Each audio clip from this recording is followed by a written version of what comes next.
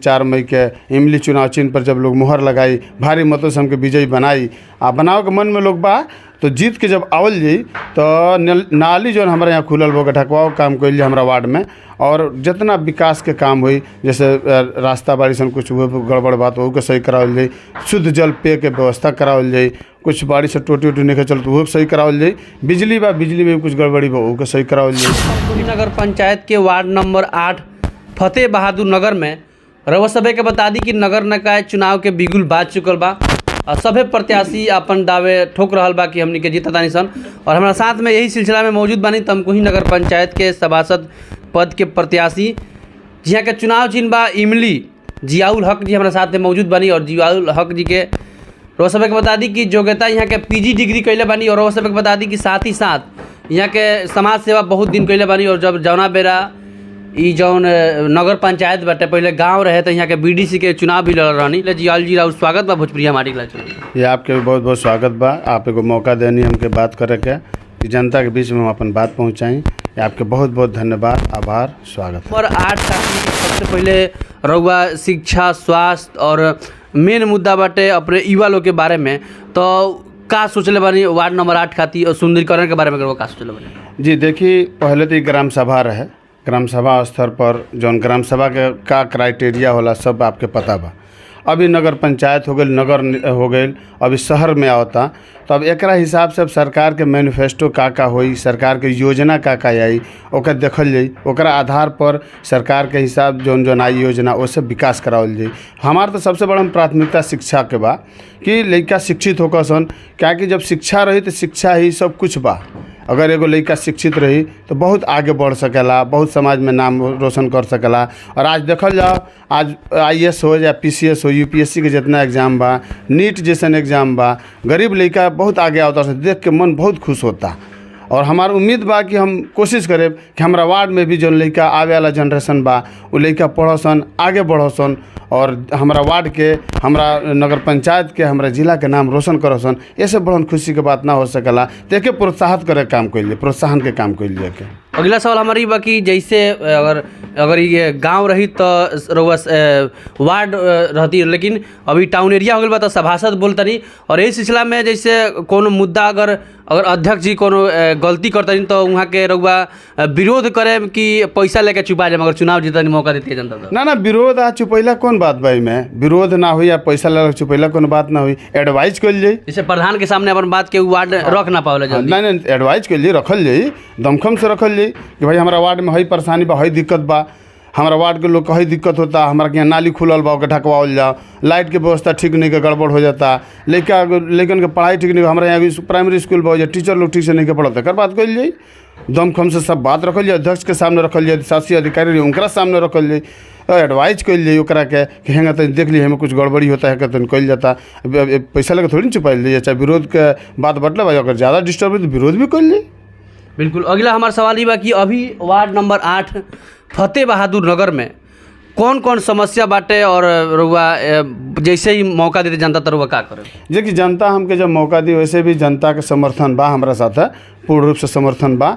और जनता अगर हम जीत के आओ तो प्राथमिकता रही। राजनीति जात पात पे होता कि विकास पे होता? ना विकास पे होता, जात पात का होला। इंसानियत के धर्म जैसे सबसे बड़ा कोनो धर्म बा, कोनो धर्म नहीं के। इंसानियत एक ऐसा धर्म बा कि जैसे अब क्या बताओ जो सबसे बड़ा धर्म बा। जैसे हमनी के इस मुसलमान भाई तबके से आदमी आवेला तो हमार जो नबी पाक सल्लल्लाहु आए, हजूर पाक सल्लल्लाहु जो पैदा भैले दुनिया में, तो पूरे दुनिया खतरा रहमत बना के भेजल गई, सुख शांति खतरा बना के भेजल गई बड़ा। ऐसा कोनो बात नहीं है, हर आदमी अपना धर्म के अनुयायी करवा, हर आदमी अपना धर्म से चला, वो अलग बात बा। लेकिन सबसे बढ़न एगो इंसानियत के धर्म होला जो सबके समेट के सबके मिला जुला के चलेला। वो तो आस्था, अपन आस्था जकरा में बा, अपन आस्था लोग पूजा करे, पाठ करे, नमाज पढ़े, वो अलग बात बा। लेकिन इंसानियत ऐसा चीज़ होला सबके मिला के चलल जाला। अच्छा, वार्ड नंबर 8 में राउरा द्वारा विरोधी कितना लोग बाटे? राउर प्रत्याशी दावेदार बा रउआ? दावेदार के तौर पर तो हमने 6 जना प्रत्याशी बानी जा।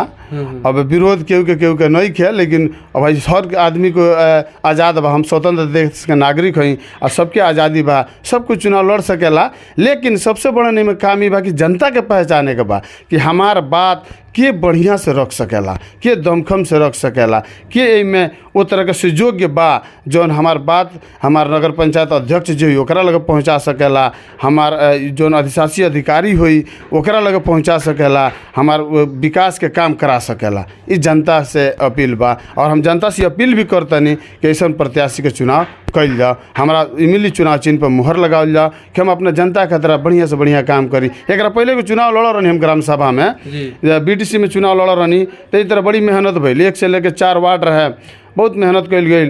अब कोनो वजह से भाई दूसरा नंबर पर रहनी चुनाव मतलब हार गई, लेकिन दूसरा नंबर पर एक आदमी हारल, जमानत जब्त ना भइल, जनता के सहयोग रहे, इज्जत हमार बचल।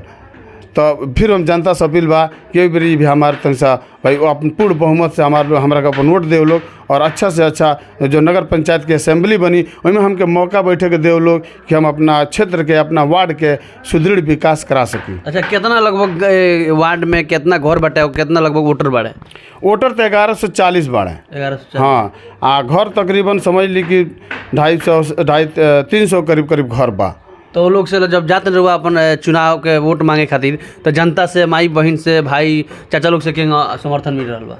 समर्थन मिलेगा तो सब लोग आश्वासन भी देता, समर्थन भी देता, हर तरह से बताता कि भाई आप अच्छे हैं, बढ़िया चले नहीं, सब कुछ बढ़िया बा, शिक्षित भी बानी और समाज में एक अपन पहचान भी बा, तो आपके जरूर सहयोग कल जाई, आप ही तो बानी ठीक ठाक बानी। सब सामाजिक सेवा रहुआ कितना कल, जैसे आपातकालीन स्थिति में चाहे क्योंकि गरीब बेटी बहन के में कितना लोग सहयोग बाटे रहा? सहयोग तो देखिए हम बराबर करत रहे और हमारे जो अब तक के जो उम्र गुजर बा, बचपना जवानी सब एक गाँव में ही गुजरल बा, शिक्षा वगैरह सब गाँव में से ही भइल बा और सब चलल बा। सब बेटी बहन की जौन शादी होला वही में और जौन बेटी की मरण जीवन वह में आना जाना सब में रहेला, अपना जितना ताकत रहल बा, क्षमता रहल बा, वही हिसाब से हम चलल बनी आ कोशिश करेनी कि हम ज़्यादा से ज़्यादा बढ़ चढ़ के हिस्सा ली। अच्छा, जौन आज रहुआ चुनाव खातिर वादा करतनी, ई वादा चुनाव जीत गईला के बाद बरकरार रही कि मुकर जाए वादा? ना बरकरार रही, मुकरा कौन सवाल बाटे।